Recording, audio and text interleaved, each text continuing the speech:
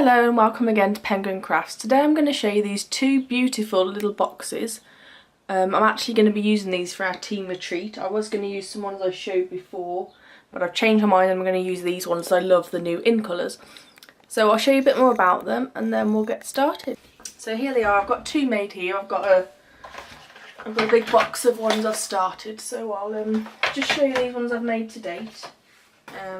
And then we will crack on with what we're making. So here they are. This is using a selection of the papers from the new DSP, which is called, I'm just checking, Fresh Florals, and it comes in loads of colours. I'll just show you a few offcuts I've got here of the beautiful colours.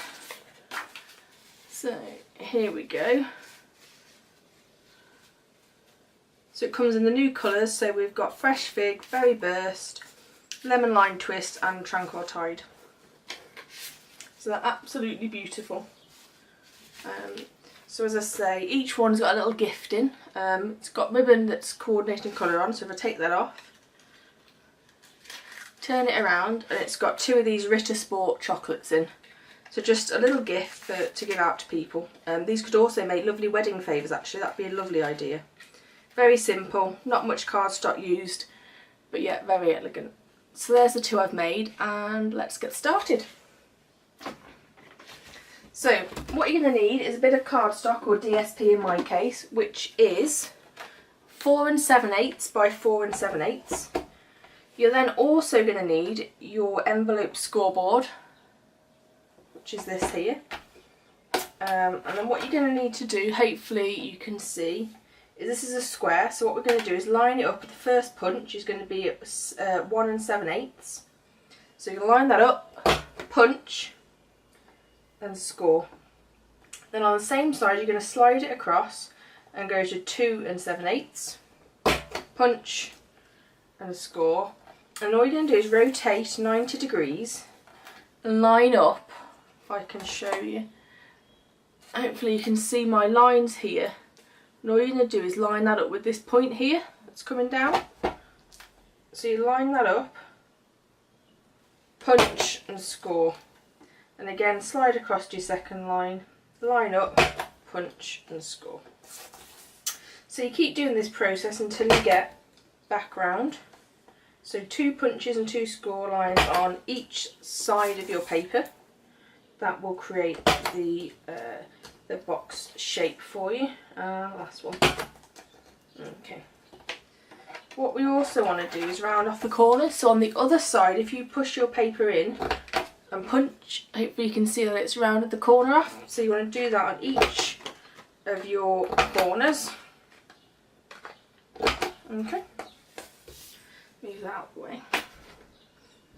So you're then left with this net. Hopefully, oh there you go, you can see the score lines. And I'm going to do my cutting first, so grab your paper snips. And then one thing you will notice when you make the box is that it's not a square, one side is slightly longer. So I've already done this obviously before, but I'm just lining up one of my boxes I've had before to work out which is the longer side. Okay, so this is my longer side. So on my longer side, as we're making it into a flap, the lid has no tabs here, so we need to cut those off. So all you do is a little square in that corner, you cut off. So on your longest side you cut off, turn it for 90 degrees and cut it off again. Okay. There you go, so I've cut them off. And then on the opposite side, so on the long side again, we're just going to cut in and wedge. Okay, I'll zoom in a second to show you. Turn again, trim and wedge them in. Okay, so hopefully you can see that. So we've got no tabs on this long side and then 2 tabs there. Then what we need to do is fold and burnish our lines, our score markings, sorry. So if I just do that for you. Again, I'm just using my Stampin Up bone folder, but you can use the sort of scoring tool that comes with your envelope punch board. Those envelope punch boards are great. You can make boxes, envelopes, box folders, anything you want really. They're really, really flexible. Right, so once you've done that, Turn it over so your flaps bend inwards, and we need to put glue on the 2 tabs, and then as this is going to fold up if I show you, so your tabs are going to go in like this and stick to the sides, and then we're going to fold it like this. Yeah, so you need to put glue on the bottom of these 2 tabs. So the easiest way to do it is turn it over. Where you're putting your 2 tabs, on the sides next to it is where you want to put your glue. Okay, so just run one line down there, and then make sure you put lots of glue on your tabs. You haven't got to use fast fuse, but I find it's the best one to do. Okay, and then all you're going to do, as we would with a normal box, is line up the edges where your tab are and push together. So just line those up and push. The next thing I find is if you grab the 2 chocolates that you're going to put in order to get the box to be the right sort of shape, I put the chocolates in and do it this way. So I just line it up and push. And there you go. There's your little box. Perfect. Okay, so now we're going to make the embellishments and bits that go on the top. So each one of mine, if you can see, has got a little tag on the top that says today's the day with a couple of embellishments. So with this one I have got my new powder pink cardstock, and I'm going to use the Happy Happenings collection. Again, you'll see this in most of my videos. I think it is a must-have for any new starter or anyone in the card making industry. It's got so many sentiments. My favourite one being today's the day and thank you. I use the thank you one a lot. So I've got my stamp here, and I'm just using my Memento Tuxedo Black ink. Stamping that and doing that. Oh. Then what you're going to need is your, not that one, this one, your tab punch. Line it up and punch. Oh, drops that on the floor.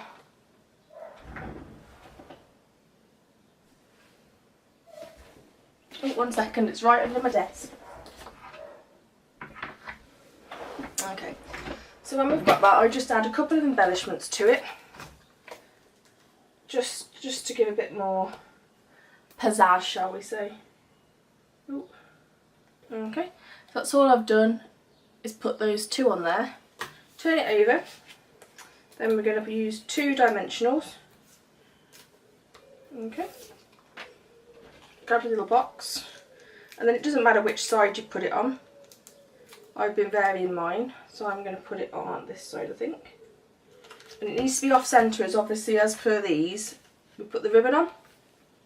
So we'll go onto the ribbon next. For this you'll need some mini glue dots, and then you'll need your 2 ribbons. So I've got the coordinating ribbon here, so in powder pink. And I've also got some of the thin natural trim, which has got the hope you can see that, the silver. So what I'm going to do is roughly measure the length that I want around it and trim it off, and then I'm going to cut the same length in the other ribbon. Okay, and then I tend to have a bit of issue with the ribbon. I'm useless, to be honest. So all I do is I put a glue dot on the thin one. Oh, if I've got it, yeah. I line it up in the centre and press it down. This just helps me making sure my ribbons stay together and where I want them to be. And again, line it up and stick. Okay. As you can see, that coordinates beautifully. So you'll then also need some twine. So again, I've got the Stampin' Up twine. This was a lovely little gift from my upline from Sam, so thank you very much, Sam. You'll then need a section of twine. Okay. And then all we're going to do, she says, all we're going to do is, I like to use a peg for this actually, because again, as I've said, I'm not great with ribbon, is I'm just going to peg them together at the top.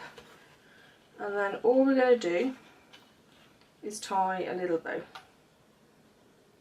Okay, hopefully you can see this. So again, just slide on your ribbon. I'm not great at bows, but I'll do this the best I can for now.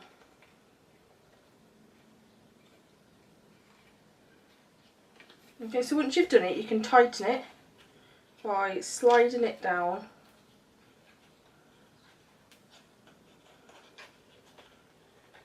Oh, I'll just do that one again, that didn't work very well.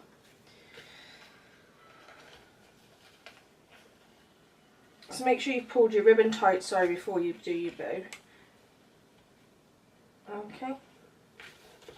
And then we can slide it down, take your tack power off and just pull the ribbons opposite ways, and that will tie it together. So we'll trim the ends of these off, they're a bit long. And there you go. So there's your little band effectively made from your ribbon, which will just slide off and reveal the chocolates. So again, I've been using the in colours for this, so I've made a few of each colour for all the ladies that will be at the retreat in June. So here's the ones I have made.